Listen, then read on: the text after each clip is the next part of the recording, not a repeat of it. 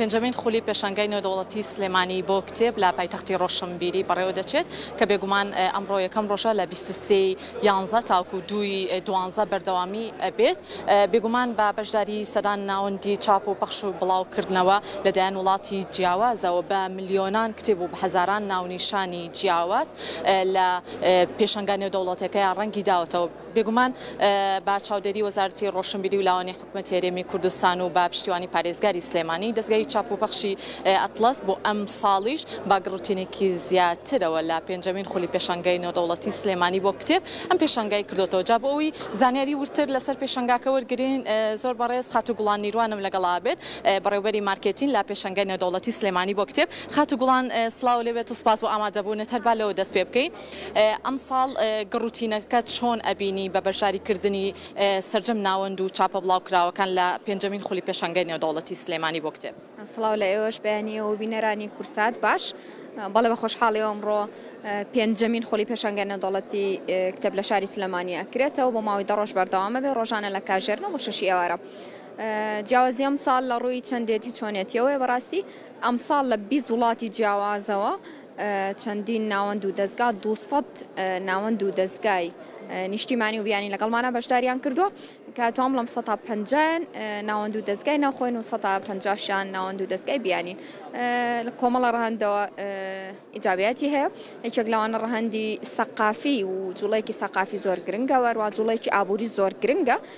ژمارەیەکی زۆر بیانی و خەڵکی دەرەوە هەرێمی کوردستان هاتوونەتە ناو پێشەنگای شاری سلێمانی کامەش جوڵەیەکی ئابووری گرنگە بە شاری سلێمانی و جوڵەیەکی سەقافی زۆر گرنگی شاتوان بڵم بەم قەبارەیە بەم ئاستە بەم شێوازە گەورەترین جوڵی ڕۆشنبیریە لە تەواوی عێراقا کە لە شاری سلێمانی ئەکرێتەوە. زۆر باشە پێمان بڵێ ئەمە جومە بەستە سەرەکیەکە چییە کە ئەم ساڵیش ئەم دەستگا و چاپ و بڵاوکراوانە لە ناوخۆ هەم بیانیش بە بەشداری لە 20 وڵاتی جیاوازەوە بەشداریان پێکراوە؟ گرنگترینیان ئاشکردنەوەی دۆستانی کتێب عاشقانی کتێب و خوێنەران و دۆستانی کتێب لەگەڵ کتێبایە. وەکوتم ئەم جوڵە سەقافی ڕۆشنبیر و ئابووریەکە و گرنگێکی حتمیەکە لە پایتەختی ڕۆشنبیری هەرێمی کوردستانە پێشەنگای نێودەوڵەتی سلێمانی بۆ کتێب بکرێتەوە. پێمان بڵێ نرخەکان چۆنە کە هەرێک لە دەستگا و چاپ و پەخشی بڵاوکراوەکان لێرە لەسەر تەواوی کتێبەکان دایاناوە کە ئەبینین بە هەزاران ناونیشان لە پێشەنگای نێودەوڵەتی سلێمانیە لە بوونی کتێبەکانە ڕەنگی داوەتەوە تا چەندە تەواوی دۆستان و خوێنەران و ڕۆژشەمبیران ئەتوانن سوودمەند بن لە تەواوی کتێبەکان بە نرخێکی گونجاو و بە ئاسێکی زۆر باشیش بتوانن بانکی زانیاریەکانیان دەوڵەمەند بکەن. بەدڵنیایە توانم ئەو مژدەیە من بە خوێنەران و دۆستانی کتێب و سەردانی کاران ئەم ساڵ هەزاران ناونیشانی تازە کە یەکەمین جاریانە لە پێشەنگای نێودەوڵەتی سلێمانی و لەلایەن ناوەند و دەستگاکانەوە ئاشنا ئاکرێن بە خوێنەران.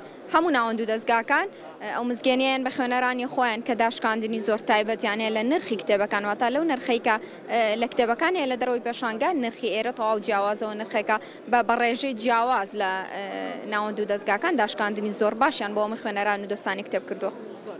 پێمان بڵێ ئەمڕۆ کێ سەردانی ئێراکات تاوکو دەستپێکێکی باش بۆ پێشەنگای نێودەوڵەتی سلێمانی بۆ کتێب زیاتر گرنگی پێ بدرێت. بە خۆشحاڵیەوە ئەمڕۆ پێشەنگای نێودەوڵەتی کتێب لەلایەن بەڕێز قوبات تاڵەبانی جێگیری سەرۆکی حکوومەتی هەرێمی کوردستانەوە کرێتەوە. ئەمەش قورساییەکی زیاترە بە پێشەنگای نێودەوڵەتی کتێب لەلایەن و بەسەرپەرشتی وەزارەتی ڕۆشنبیر و لاوانی حکوومەتی هەرێمی کوردستان و چاودێری پارێزگاری سلێمانی لەلایەن دەستگای چاپ و پەخشی ئەتڵەسەوە کرێتەوە. سپاس بۆ ئێوە سەرچاوانم بەخێر بێن.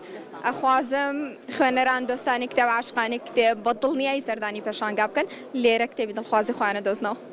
سەرچاوەکانم بەخێرانە زۆر سپاس. بەڵێ خۆشەویستان وەکو ئەوەی کە لە پەیامەکانی خاتوگوڵان ئاماژەی بەوە کرد پاشکەمێکی تر ئێرە دەستپێکی تەواوی پێنجەمین خولی پێشەنگای نێودەوڵەتی سلێمانی بۆ کتێب بە ئامادەبوونی تەواوی بەرپرسان و کەس و لایەنەکان لێرە پێنجەمین خولی پێشەنگای نێودەوڵەتی سلێمانی بۆ کتێب ئەکرێتەوە هەر بۆی بۆ ماوەی 10 ڕۆژیش ئەم پێشەنگای بەڕووی خوێنەران و دۆستان و ڕۆشنبیرانی کتێب لە 23/11 تاوکو 2/12 لا پێشەنگای نێودەوڵەتی سلێمانی لە تاسلوجە بەردەوامیە بێت.